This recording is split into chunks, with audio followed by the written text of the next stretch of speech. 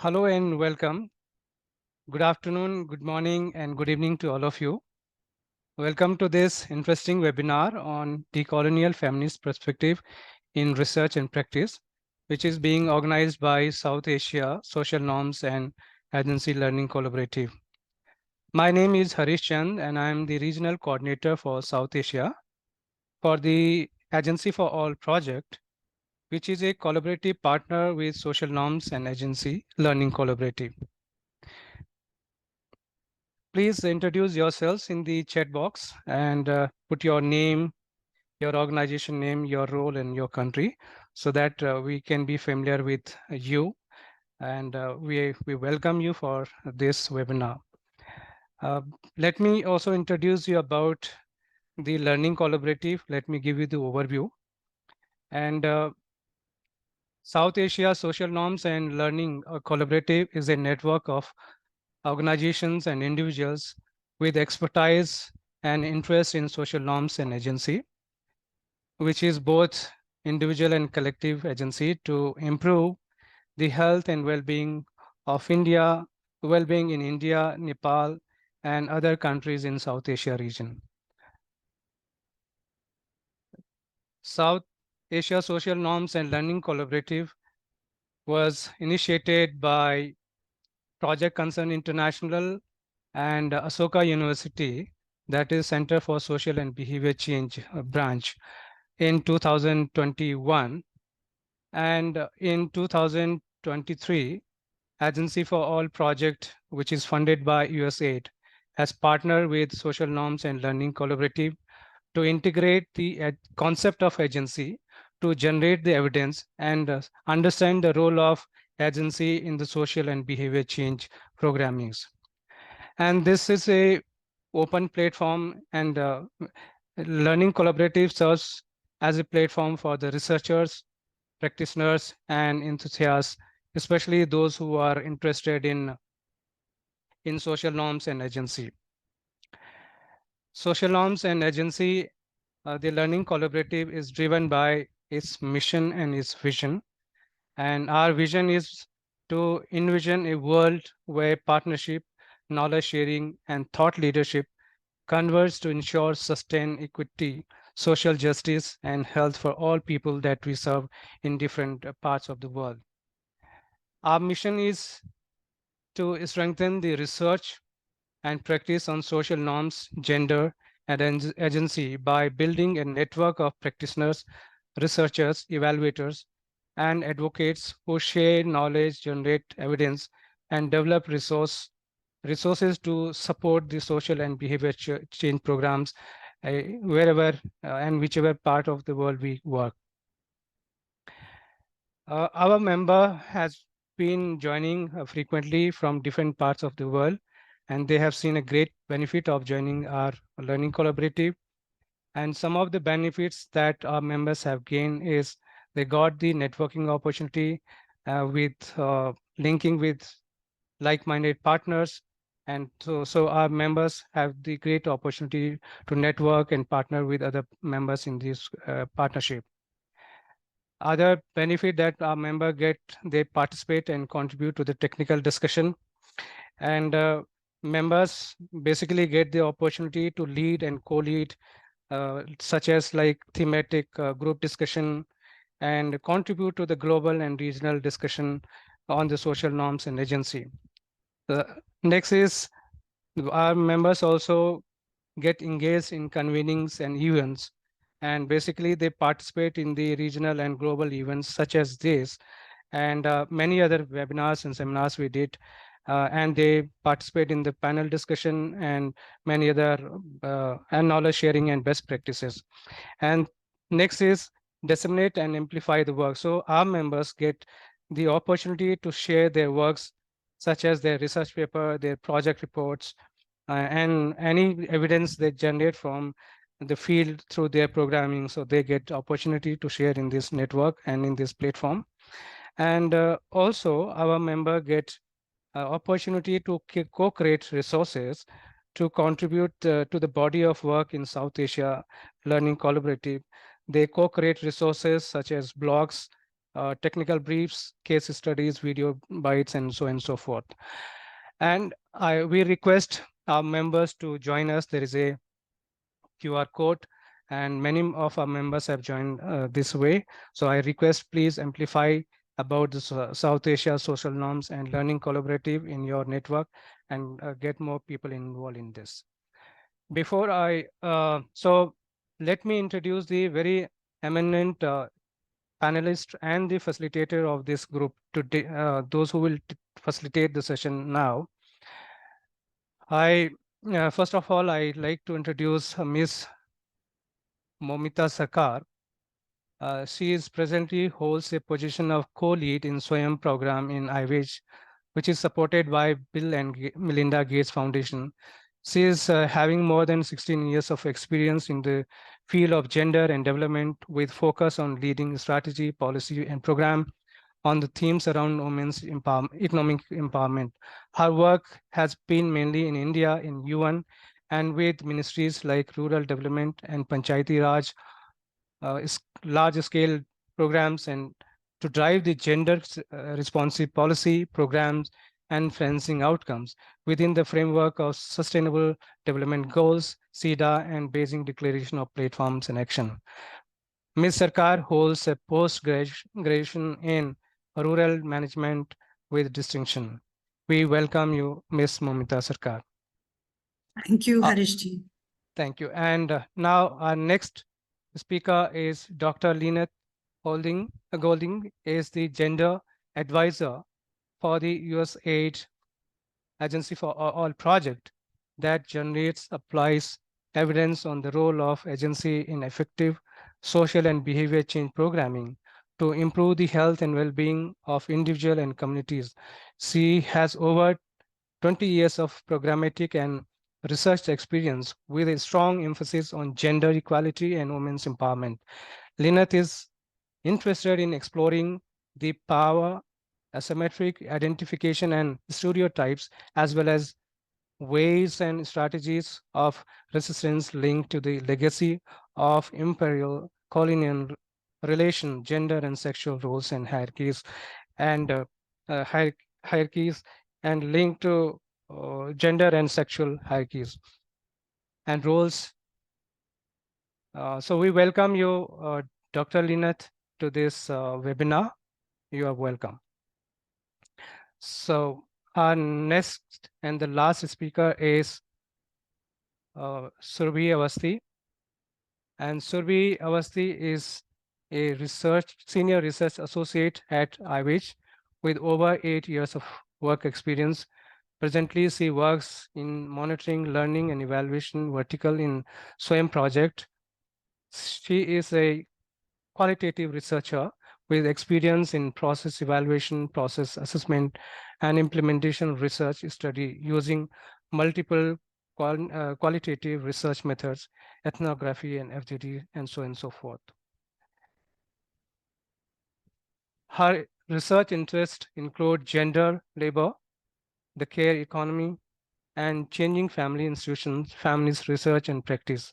Surbhi holds MPhil in social work from the University of Delhi. I welcome you, Ms. Surbhi Awasthi, to this webinar. Thank you so very much for all of you. Now, I hand over this session to Surbhi to take it forward for the further discussion.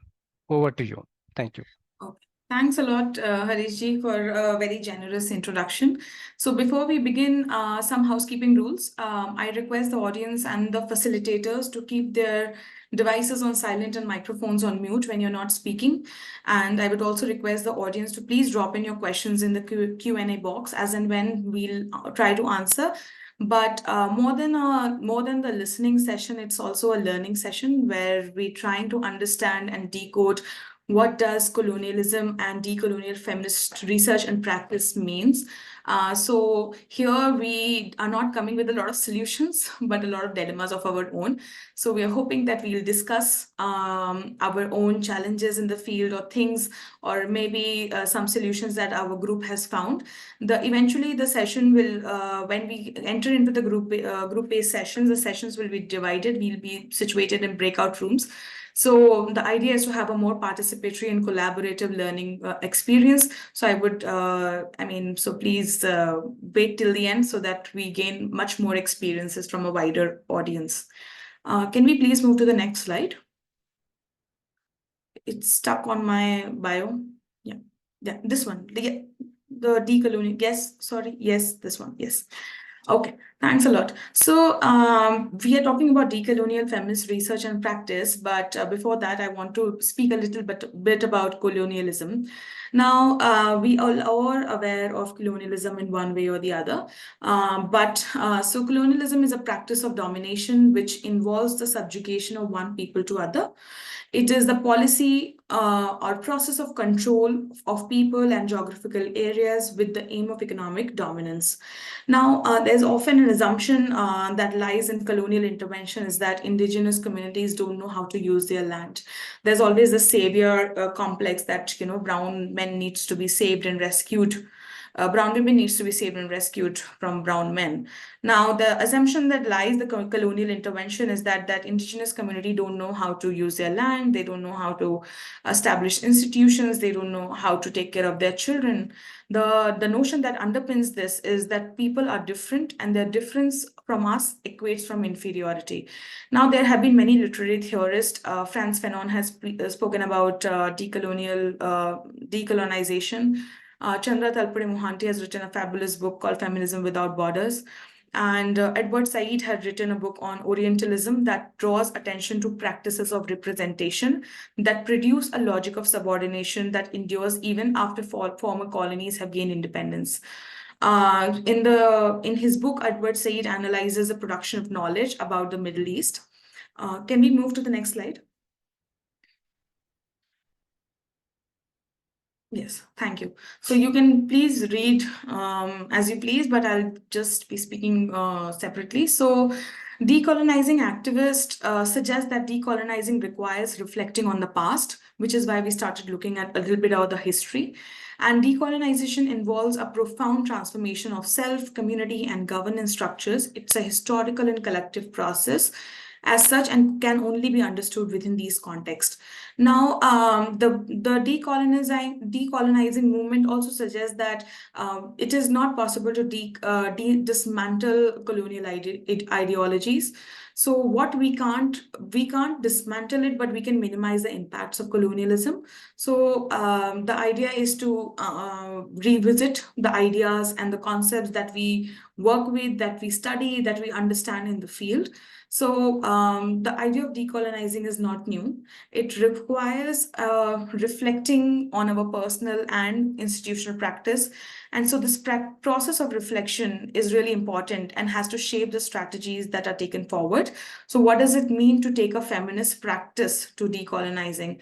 So I'll share a couple of examples, but mainly I want to talk about positionality in research. I come from a research background, so I'll be speaking more on that front.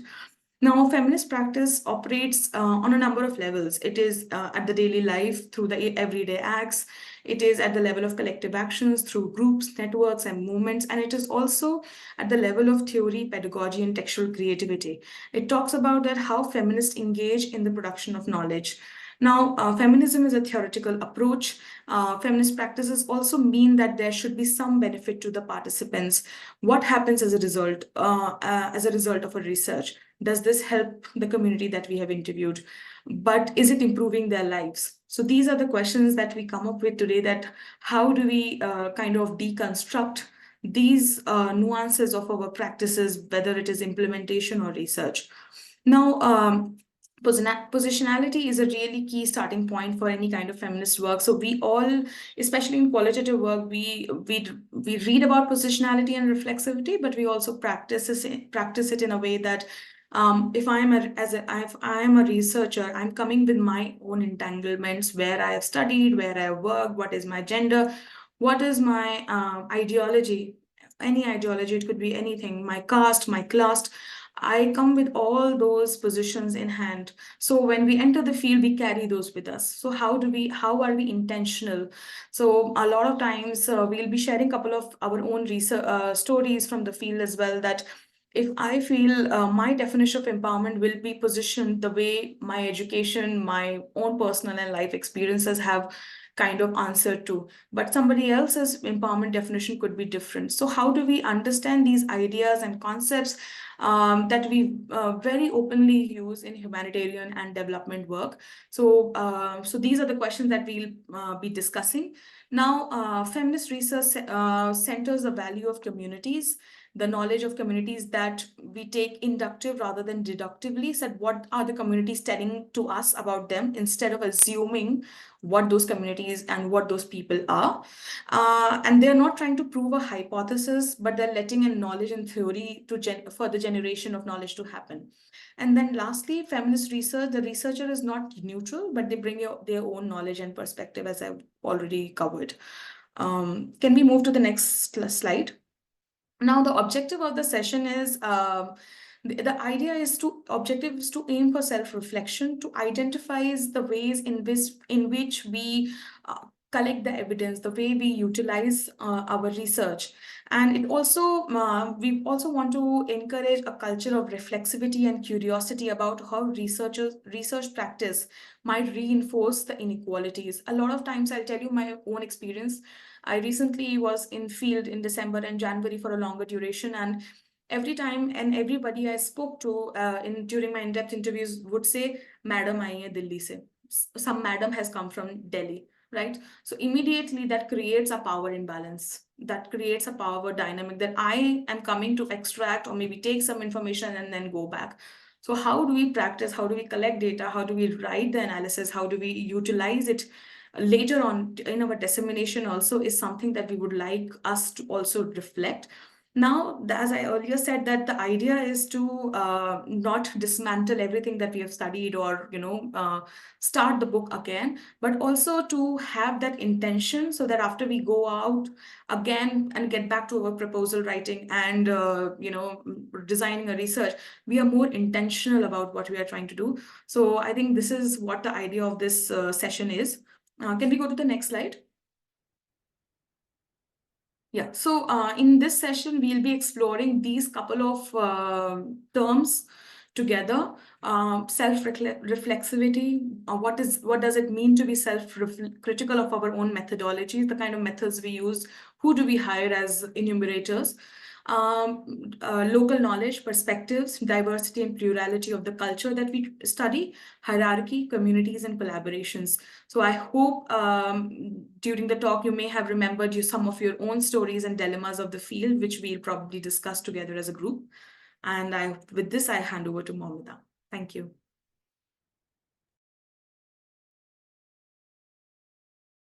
Thank you, Surabhi, for laying out the foundation for the next two sessions and making it a priority that this is a platform for exchange, and we learn from each other and we bring our dilemmas into this platform and we try to find solutions and almost brain churn ourselves that whether there is a solution to each of the problems that we bring to this platform or not. But this is a good start, and let's begin discussing on some of those priority issues or challenges that we come across in our everyday field level interactions, or wherever we are going out for any sort of research studies to impact policy level changes. So thank you, Surabhi, once again, because you have clearly demystified the concept for all of us to use in our future course of actions. However, this session will have two parts to it. The first part is where I will try and dwell upon and reflect upon the key pillars and areas to be considered when we take these principles of decolonizing feminist principles into practice-based interventions. The second part will be more group-based activities where we will be situated into separate groups and we will be given certain cases. Situations are anonymized, and we'll try and answer some of the questions that will be reflected on the screen, and we'll try and suggest some of the solutions that we can through our discussion. However, in my reflections, I will try to dwell upon linking the theoretical foundation with the practical application. We believe that it is important to provide tangible ways to incorporate our learnings into the research methods and practices. So as Surbi has mentioned about several articles and publication, I will like to quote Michelle Locote, Sinclair, and Elizabeth Ann Kinsella, who have very well articulated what are some of the key pillars or the parameters that we need to consider when we use these principles into our research activities or in our research designs. So the first principle that most of the researchers are highlighting is situating description of people's lives in their material conditions, power hierarchies, and identities. And attached to it is reflexivity. Now, reflexivity, I think you got a sense of what my previous speaker was saying about, which is basically a critical reflection on power and positionality, the caste, the ethnicity, and the socioeconomic class from which the community or the household or the individual comes from. Let me give you an example to substantiate these 2 points. So Ministry of Rural Development, Government of India implements a 100 days unskilled wage employment program called Mahatma Gandhi National Rural Employment Act. Now, this is operational in the rural areas, and the entitlement is at the household level. Any adult member of the household can apply for any sort of NREGA work, but they need to, they are willing to work as an unskilled laborer. So we have been given a task from the ministry to understand and to visit some geographies where the percentage of women participation is below 33% as mandated in the Act. So we have visited around 10 states, but I'll share the experiences of our visit in one of the northern states in the country. So we have visited one of these northern states, and we have specifically visited 2-3 districts and blocks where we found that the participation is low, where we came across with quite a good number of sanitation workers who stays outside the rural habitation, a little more far away from the majority of the population. And when we tried and probed to understand that what are the reasons for of less participation of women in the 100 days wage employment program, what we came across is, one is a common problem of awareness and the reaching of the local governments to the last mile to actually make people aware of the program, the process and the systems and the complexities that is associated to it. But we did a lot of probing, and we did a lot of interaction interviews with these around 25 families of the sanitation workers, where we found that the aspiration, motivation of these women are really very high. The reason being that they want to stand out as a role model for their next generation, for their children, to find out other sources of options of work, other job alternatives or work alternatives that is not related to the usual work of a sanitation worker, which is cleaning up dry toilets. And sometimes in the rural areas, these sanitation workers are also forced to clean some of the menstrual cloth.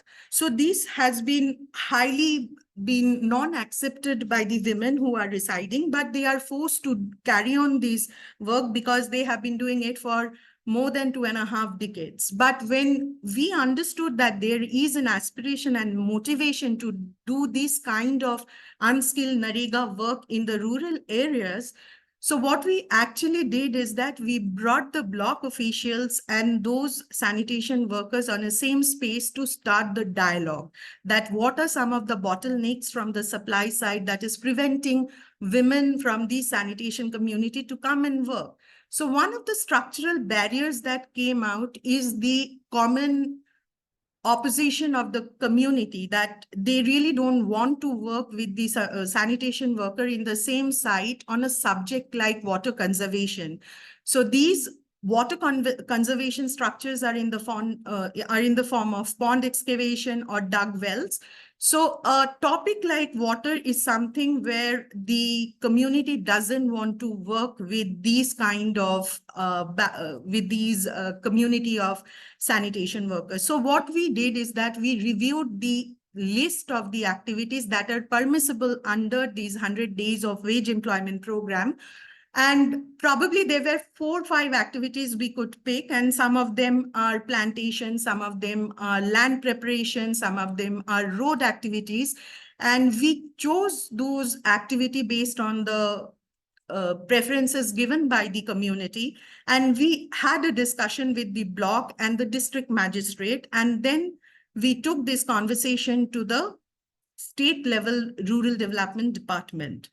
So while we were conversing, there were structural issues that how should we engage more sanitation workers or other communities in these 100 days of wage employment program. So the solution that was suggested to us by the Principal Secretary of Rural Development is to have an advisory to at least allow these kind of community to be mapped by the local administration, which could be district, which could be block, and understand the aspirations of the people and mandatorily create work sites for them. And this is a case which stands out as an example in the program.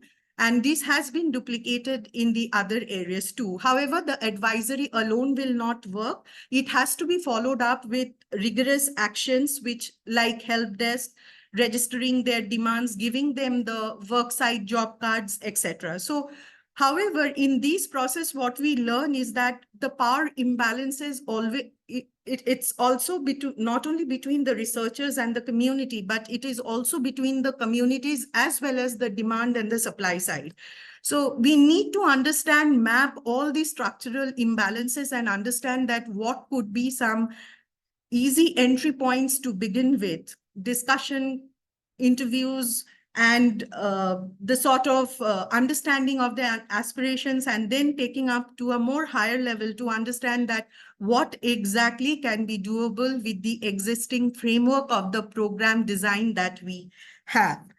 So moving on to the third principle is reciprocity, which means that if we go with a sort of hypothesis, or we go with a sort of framework to analyze the situation, what is the conditions the people are living in, it is also important that these researches, these findings give something as an output to them which enhances the overall lives of these people. So there has to be a give and take, or a mutual relationship between the practice-based framework as well as the receiving end. So what would be the benefits that these people will also, the community will also receive from this process? The fourth principle, which Surabhi has spoken about, knowledge of community, is central, inductive rather than deductive. So if we just understand the entrepreneurship or skill development programs currently in India, we will find that most of the skill development or entrepreneurship program is more or less follows a top-down approach, because it doesn't take care about the forward-backward linkages. It doesn't take care of the procurement of the raw materials, the training and the capacity building of the community in terms of understanding the risk-taking ability, uncertainties, and the ability to negotiate with the market. So sometimes what happens, the intent is right, but the ways and the processes it needs to be done, it has to be more focused towards the knowledge base of the community. The knowledge that the community provides is an essential element for a program design that help us to benefit the community for whom we are trying to do all these research and studies. The fifth principle that we need to understand is valuing the relationship over data. Most of the institutions are very much data focused. So what is more important is to understand the multi-layered challenges that these communities face.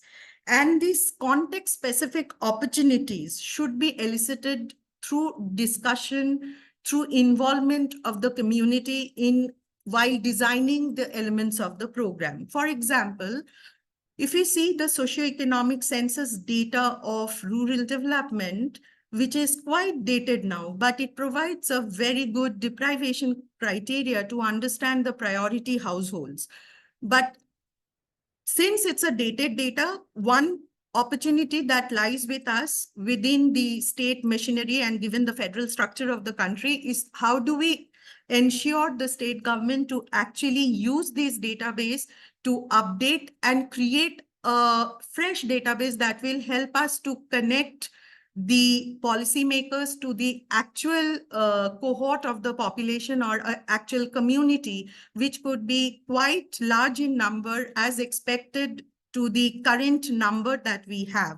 So it's important that we do not only focus data, but we validate the data, understand what is the current situation, start visiting those places and understand what are the current opportunities or the structural imbalances that we have in the existing scenario. Last but not the least, researchers also are not neutral. They also have the perspectives, they also have their understanding.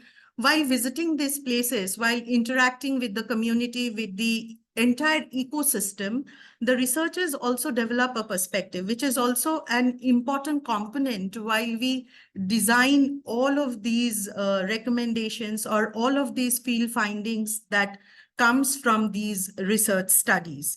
So I'll just stop here and I will take any questions right at this moment, or should we just go into the breakout session and that would be an opportunity for all of us to discuss. Mohammed, I would request you to, like Harish, can we go to the next slide and we segue to the dilemmas that we had discussed internally, the stories from our field experiences, and then we take it.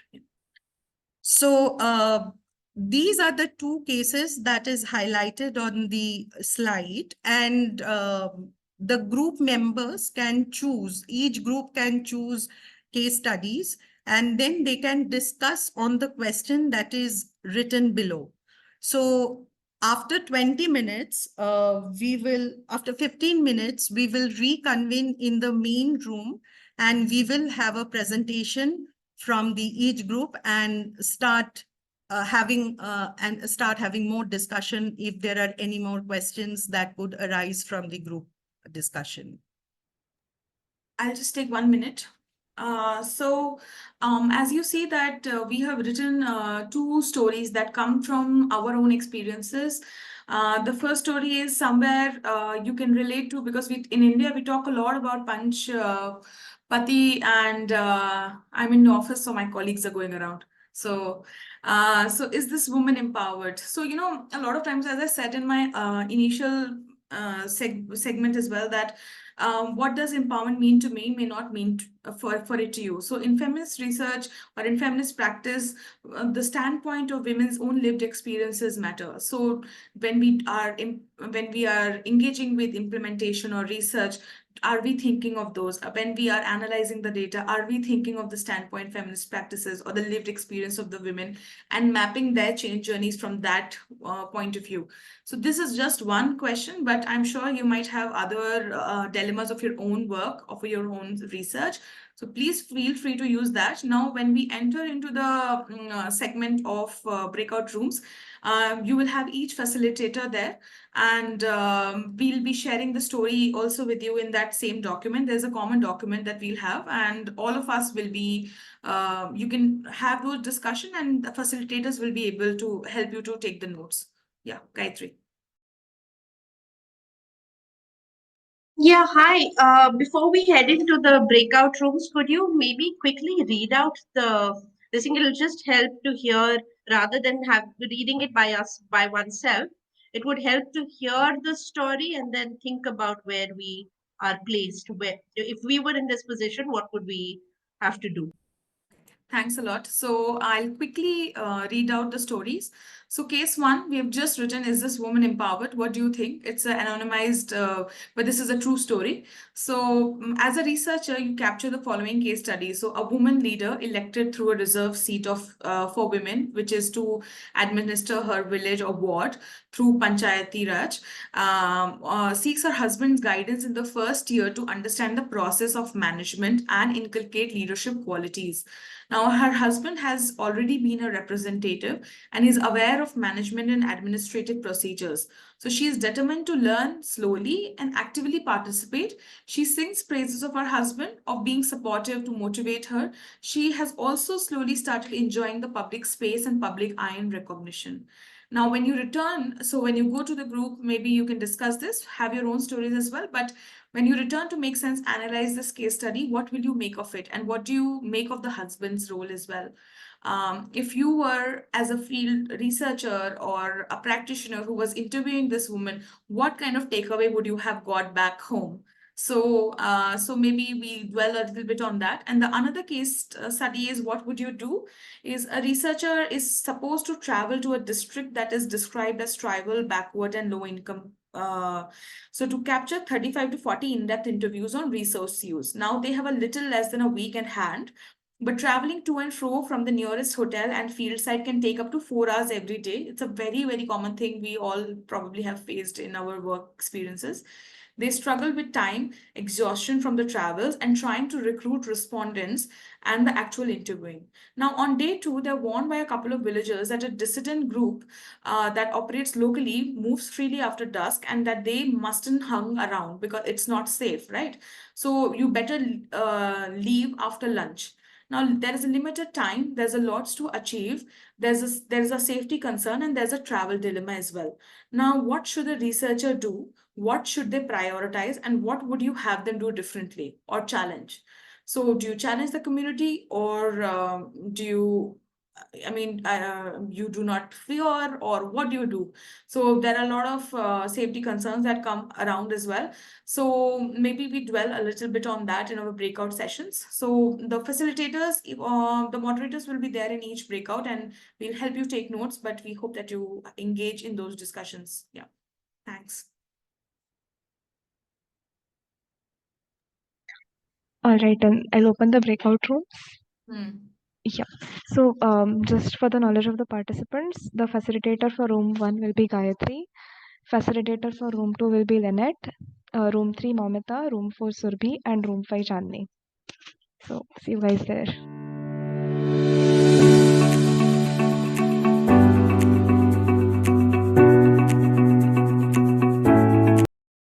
Hi, everyone. Welcome back. I hope you had a great discussion during your breakout rooms.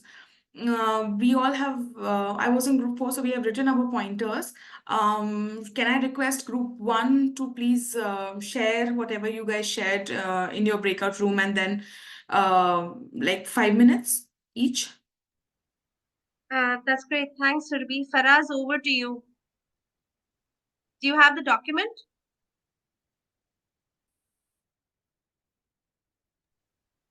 Faraz, do you have the document?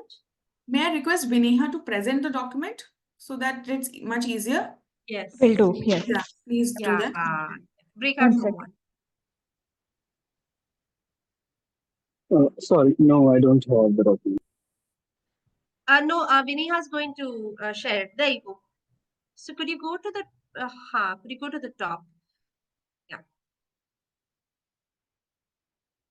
Faraz, over to you.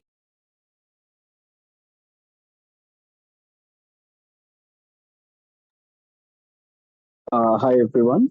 So basically, we have discussed there are three key points that we all have we all had the consensus on that empowerment is a journey and needs to be observed from a period of time, region, context of that particular person.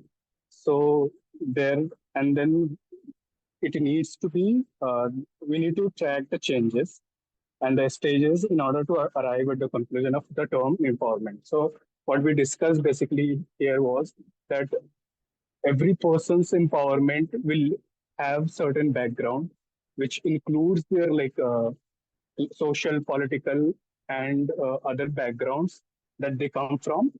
And in that context, when we talk about tracking the changes, we talked about how a person started the journey to start with and where they have reached. And in all of these stages, we need to understand at each point what they have, according to them, they have achieved and how they themselves see the empowerment, and not how we collectively maybe see the notion of empowerment. Uh,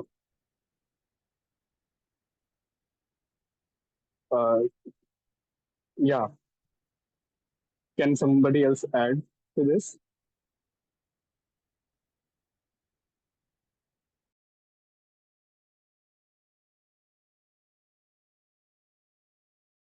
I can just quickly come in for us. Thank you. And I think I'm just going to like expand this a bit that, the discussion was, if we are just noting this positionally at a particular point of time, we may bring our own lens of what empowerment means, and we need to kind of dismantle our lens. So therefore understand, what does this mean from her point of view, the opportunities, the space, the voice she's been given.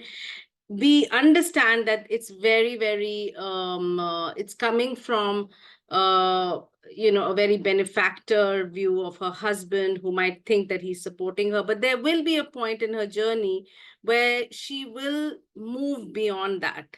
And then there might be more negotiation or redistribution of power or conflict at that point. And we are not talking about that point in this case study.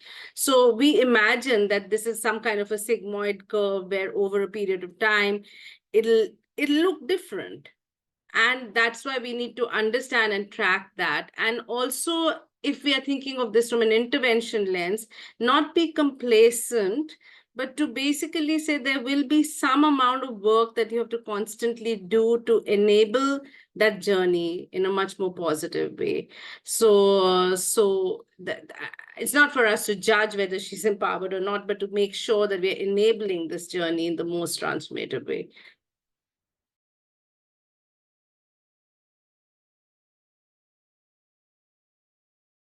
Yes, I think this is what we discussed broadly. Sorry. Thanks, Gayatri. Can I have a request group number 2? Group number 2. Yes, I'm still typing up notes. I was a facilitator, and I was facilitating versus taking notes. So you're not going to see all the notes here, but I will type them all up.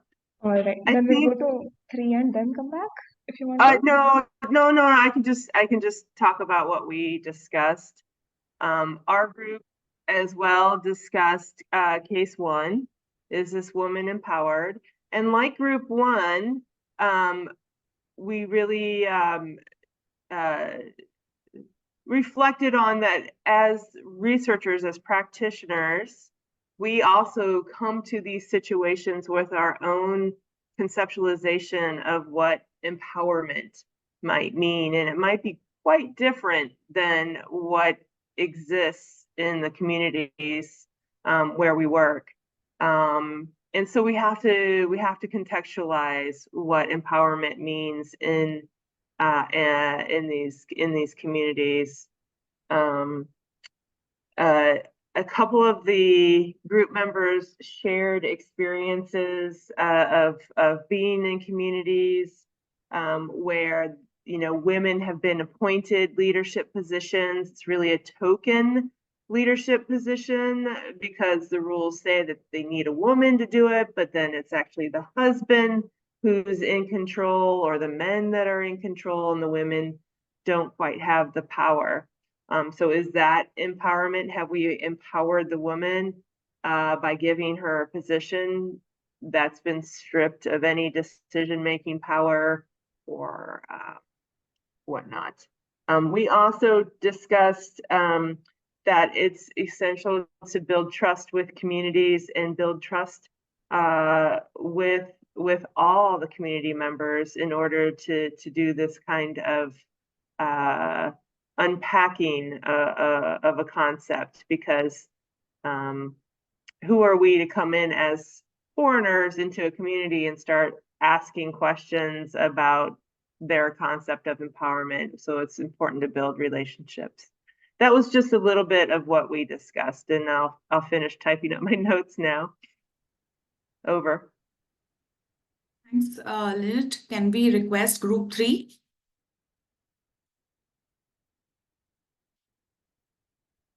Hi, Survi. So I have written the notes and I have written the members of room number 3. So I'll start and I'll request the members to come and join if the expressions are not clearly being slated. So group number 3 has selected case study 2, wherein there are some issues with the researchers with the dissidents group. So what was actually being discussed during the breakout session is to have create that, raise awareness with the local leaders, particularly with the PRI members, local authorities for safety and security.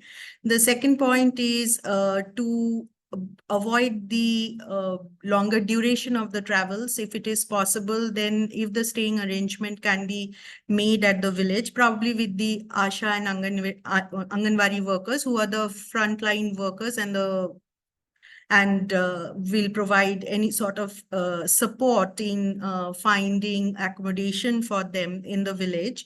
The third point is that the researcher could start early or start early, travel and reach field early, because the villagers really get up early, and therefore if there is a possibility of questioning them and getting the responses from the community, and then leave early from the field. And the fourth point that was kind of suggested is that, is there a possibility of training of local youth who will accompany the researchers, get hands-on training, have the experience of administering the questionnaire, and is there a probability of the youth carrying on with the research studies later? So, and then another important thing that was discussed is that before the field visit, also if there is a probability of getting the information about the safety and security of the field, and basically owing out the risk in terms of what kind of measures or safety measures could be taken before prior to the field visit.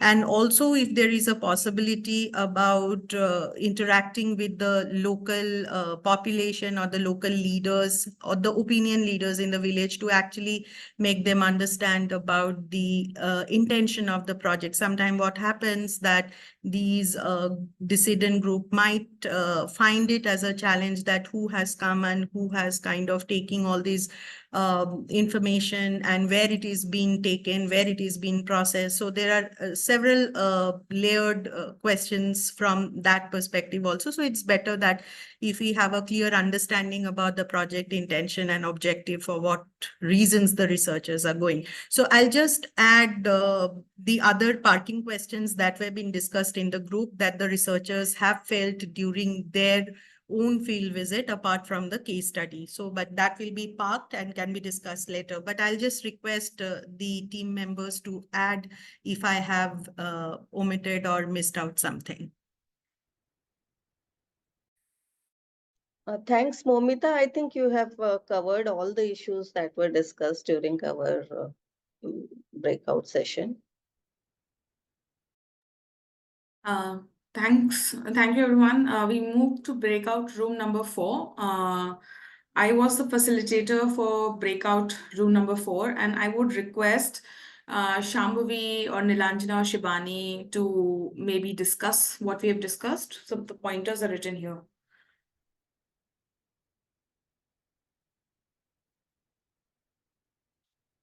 Shambhavi, you want to start or should I just start? Some points I can cover and she can add in.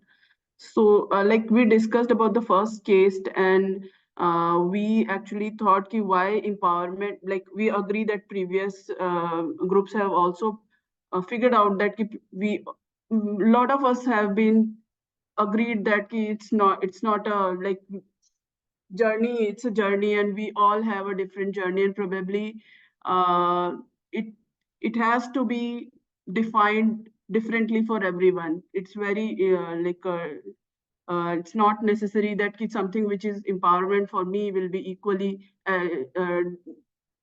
equal for others as well. And probably what we have like thought about the first case study, like we thought it's give them opportunity, it gives them space, and probably we should not expect that they should the decision making ability or like ability to express themselves will come overnight, and we expect everyone to be uh, measured at one scale. Probably some of them will not be as good public speaker, but there are people we have seen female PRI members who are working and who have taken up responsibilities. But at the same time, there are others who have been dominated by their panchayat patis and husbands, and it's actually a lot of things have been individual decision making, individual choices which interact with their husbands and their partners choices, and something which probably need to be much more dealt in depth probably. And we also felt that why there is so much of burden, why everyone need to be empowered in a way that we think they should be, like we feel that we define empowerment in a such way, why we feel that it has to be defined in such ways. And we also thought, we discussed that women victims have now started taking responsibility. Not everyone can be measured on same scale. Not everyone take ownership at the same time. It goes with men as well. It's not necessary that all women, when it comes to women leadership, it's always that everyone wants that, oh, there is a women leadership, then it should be, oh, everyone has to be like, she has to be like at par of her decision making. But when it's about men, then everyone will be okay. They can be better, they can be worse off, it's okay. But why it's when it comes to women, it has to be seen differently.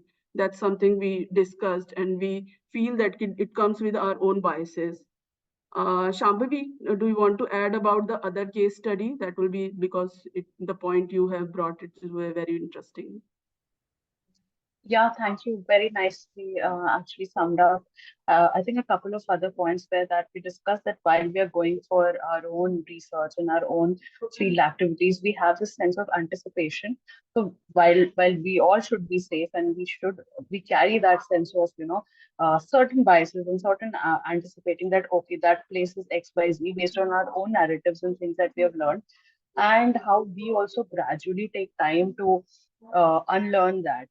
So that is something that we are also, and also like it takes us also, we empower ourselves rather to go step by step from first just seeing the environment, and then to be like, okay, maybe I don't have to take this decision by myself.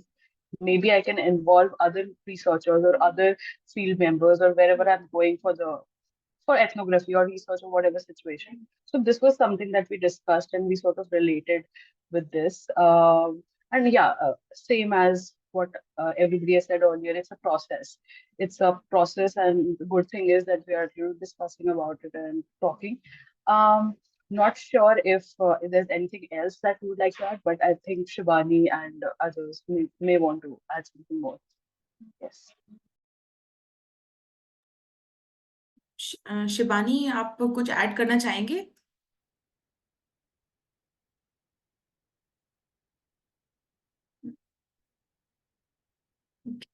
ठीक है. Maybe we've covered all the points. We move to group number 5. Yeah. Okay, so hi, I'll start giving an intro like what discussed, and we also discussed this case study 1, and most of the things has been covered by the previous groups as well. So mainly we had that doubt, whether when she has been chosen by the reserved seat and the husband is taking the major decisions for her. So how does that empowerment look for her in her journey? So we were a little skeptical about that, because we also often see in and around our context how this has been played, where it's a very common phenomena where women stand for a particular seat and they get elected, but then the thread will be still in the hands of the husbands or any other men in the family. So we had some doubt regarding that. But also someone in our team, we were discussing that as other teams also have discussed, like how empowerment is a process as well. Like at the towards the last lines of the case study, it mentioned somewhere that she started to enjoy that. She started to enjoy being in the public. Maybe that could be the initial steps of she being getting comfortable with the public. So that can be, in that way, it can be considered as a process of empowerment. So these are the two thoughts that we had. And if I could ask Chandini to shed more lights on the other points that we have mentioned. Sure. So thanks, Anna, for presenting your points. Also, in the group, we discussed about the field experiences that the group members have when they work in the field, the insights that they gain from the field research. And based on those insights, the group members shared that when they design the research tool, they make sure that the sensitive questions come at a later stage of the questionnaire or the tool and not in the beginning. So in the beginning, the respondent is made comfortable and the rapport building questions are asked and framed in a way that they come in the beginning of the interview rather than asking them sensitive questions in the beginning. Also, the other insights shared by the group members was that while we are recording the responses from the respondents, then they pay attention to both verbal and non-verbal cues. So what are the questions that are making the respondent uncomfortable, or if they're hesitant in sharing some information, whether the informed consent process is followed or not, and especially coming from a place of authority, because we are the researchers. Most of us stay in urban areas. So from urban areas, we go to rural areas for these fieldwork and researches. And when we ask them about the consent, that whether you would want to give consent to the study, that also comes from a place of authority. That because we are coming from an urban place, we are educated, more educated than our respondents, so they are in a place where they have to give consent to us, even if they want to give it or not. So the process of taking consent, whether the researcher is particularly sensitive about these things, whether the cultural sensitivities are kept in mind or not, what are the permission and authorization issues in research. So those were the insights that were shared. And also it was shared that whenever we reach the community, we reach through the frontline workers that are there, that the ASHA or Anganwadi workers, it is a point to contact them first, and then they will take you to the community, because it helps in building rapport with the community members. And the last point that was discussed in our group is that cultural context and cultural sensitivities are very important in any social research that is done, and it should be kept in mind by the researchers. So yeah, that is all from our group number 5.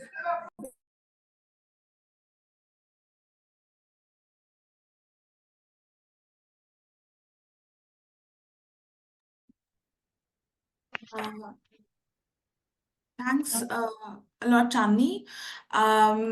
We have maybe 5-10 minutes to discuss someone apart from the case studies that we have shared from our own experiences, Mamata and I. If you have anything else to add to, maybe something that we may have missed, or maybe the discussions that I've had, and you may be doing something to with that intention of proposal making or research practices, so that the group can learn from that. If you have something, then maybe we have 5-10 minutes to discuss it, or maybe you want to elaborate on some of your own field experiences. So, Surabhi, there are 2-part questions from group number 3. So, one, Arpita spoke about the constraint transportation that she has faced while doing a research study in the field. And Shreyoshi spoke about the challenges of having an implementing body while doing the research or while populating the research tool. So there are often biases that happens. I think these are interesting ways to start the discussion. So if one can be taken, and then we can start the further moving on from one participants to the another. I think this will give an opportunity to have more comprehensive sort of experiences across the campus. So is Arpita or Sriyoshi willing to kind of elaborate the experiences that you have?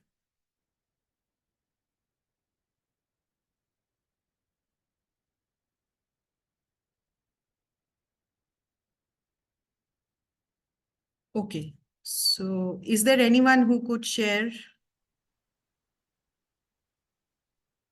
Yeah, Gayatri.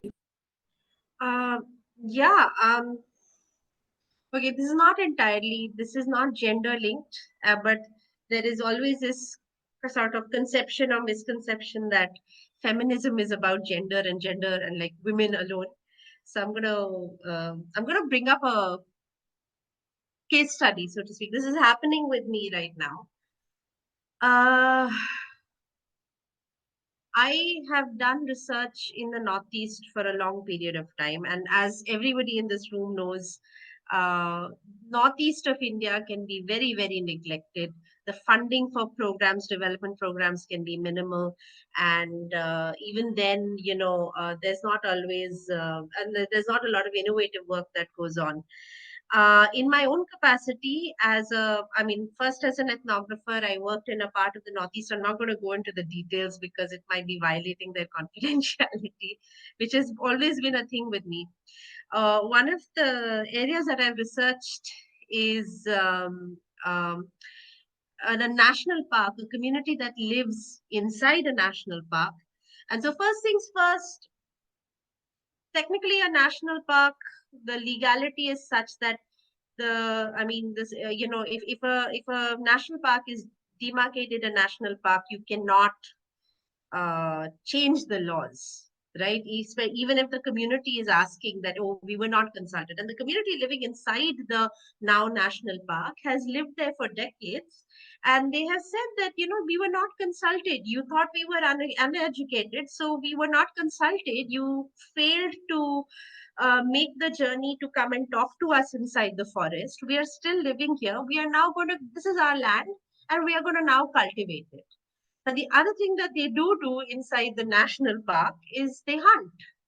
And I have gone and lived with them. Sometimes I have had one evening, you're sitting down for dinner and you have venison on your plate.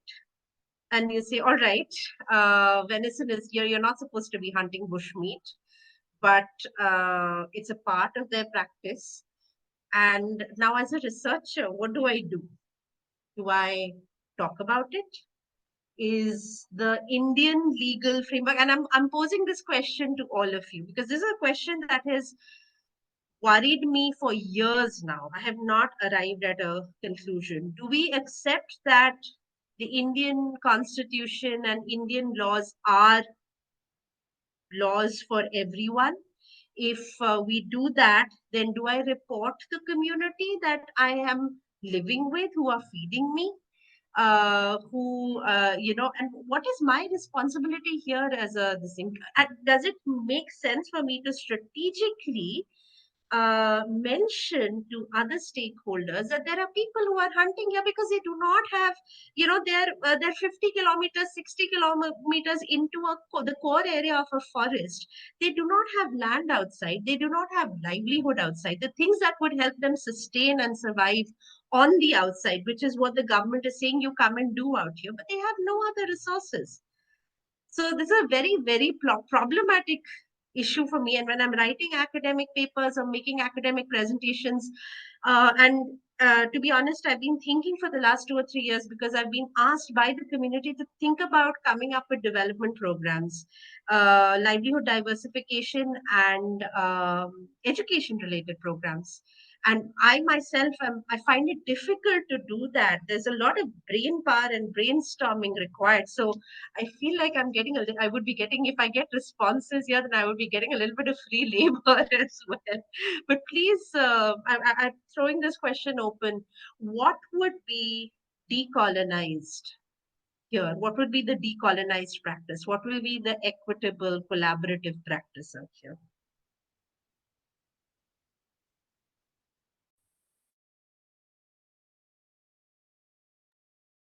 I'm just throwing the floor open. Anyone can unmute. I mean, I know the webinar protocol is to not unmute and stay on mute, but yeah.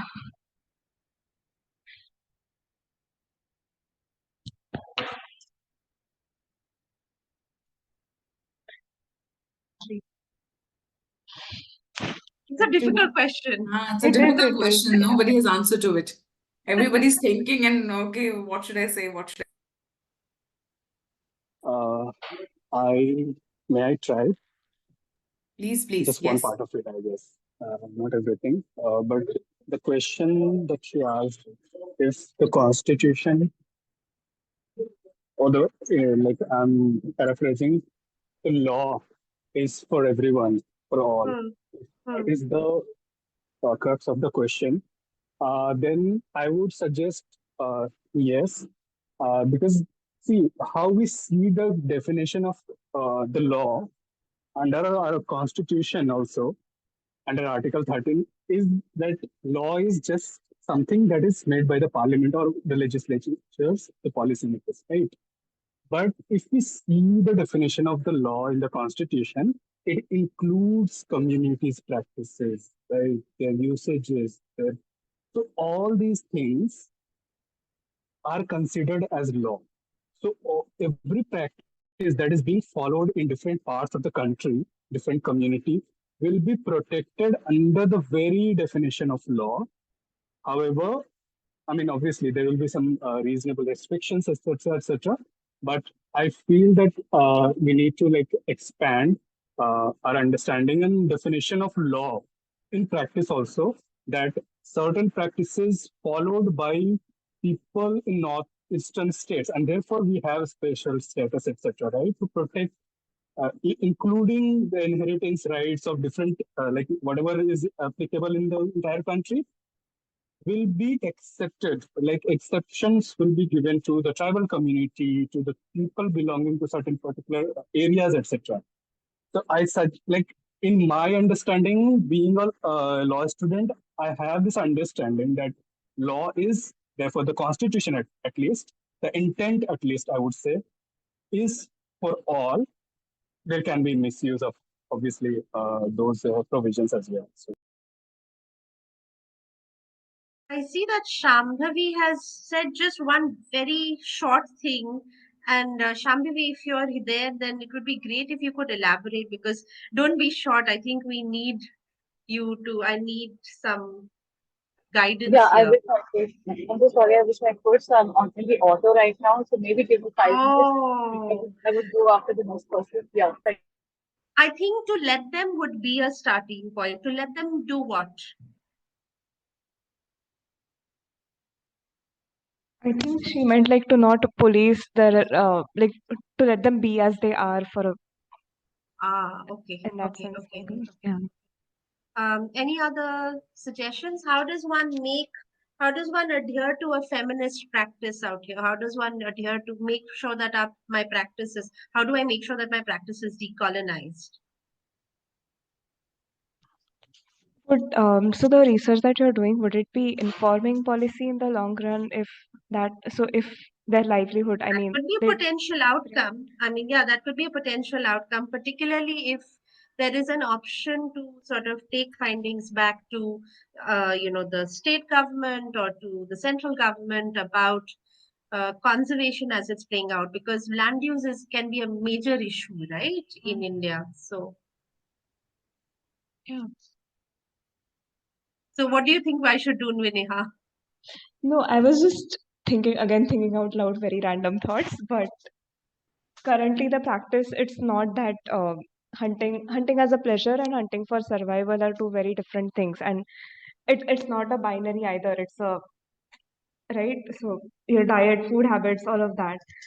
So just respecting that at once and then using ki ye ho raha hai, and then using it to inform laws, and laws are changeable, right? They're static, they're not static, they're dynamic. So then just using these insights to frame future laws, or in that sense, I was thinking. I see Priya has her hand up. Yeah, and after Priya, we'll move over to Lynette. Okay. Oh, okay. So very quickly, I mean, I can also talk to you offline, but I just feel like if you went to a community where you saw high rates of domestic violence or child marriage, how would you operate? And would you use a different lens there, right? So I just thought I would bring that to complicate matters. I do think that one needs to bring your own prejudice, bias, understanding on the table and say, look, I'm an outsider. This is what I believe. This is where I come from. I understand your norms and your practices are different, and then use that as a way to have a discussion why there's a difference, and maybe there's some commonality where you arrive at similar things, values, and use that as a basis for discussion. But you can't have that on a one night dinner table. You have to build trust with the community. But definitely I think that you cannot have different standards. If you have certain values or certain understanding, you're not just operating here from a law, you're also bringing your own values here. And I do think it's important to have a discussion, especially with communities that you want to engage with and work with. Over. Sorry, I didn't know that we were moving on. Okay. Thank No, you. thank you. Thank you. Yeah. Lynette, we move to you. The baton is with you now. Sure. Well, thank you for inviting me to this discussion. It's been really rich and enlightening. All of this is not lost on me. I am a highly educated white lady from the United States who decided to devote her career to global health issues. And I can't count on my fingers and toes how many uncomfortable moments I have had as a researcher and a practitioner in facing the challenges that we've discussed today. And it's something, it's going to be a lifelong journey for me to kind of unlearn some of the things that I have learned and to be very conscious about my actions and my beliefs. Decolonial feminist research addresses power imbalances. And power imbalances, they exist in all sorts of different forms, in policy spaces, in academic research institutions, and even in the NGOs that we work for. I work for Save the Children. And decolonial feminist research is also about conducting research and conducting actually programming that's useful for the community. So often we come in with our own ideas of what needs to happen. We might conduct some research to develop our programming. But I have to say, sometimes it's not useful. It's not useful to the women and girls. It's not useful for the communities. And it doesn't always build a sense of responsibility and accountability in the communities. They don't own it. We do, as the NGOs implementing our interventions. And decolonial feminist research also encourages participation for the most excluded groups. And this really is the foundation for successful advocacy, for building collective power among people, community mobilization, and public attention for the things that really impact the communities that we work with. And we need to really ask ourselves, whose knowledge do we value? Whose priorities do we consider? How are roles defined in our programming and the research that we do? Decolonial feminist research needs to be led by the communities. That's the principle. This research needs to be led by communities, and the focus really should, the communities should be in charge of what that focus is. And as I said, that's not always the case. It's the system that I work in, and it's difficult. So I'll just leave you with three basic things that we all can do, no matter what your role is, whether you're a researcher, you're a policymaker, you're a decision maker in your community, a practitioner, no matter what you do. Three basic things. One, be empowering. And what I mean by that is that you should build the power within your communities, within people, equip them with the different tools and the concepts, and really enable them for collective reflection and analysis and action, so that they can fashion their own solutions. The second one, build solidarity. You know, in the group that I was had the privilege of facilitating during this session, we talked about building relationships, building rapport, and how important that is. And if you help build alliances through varied involvement of different actors, maybe creating alliances and allies along the way.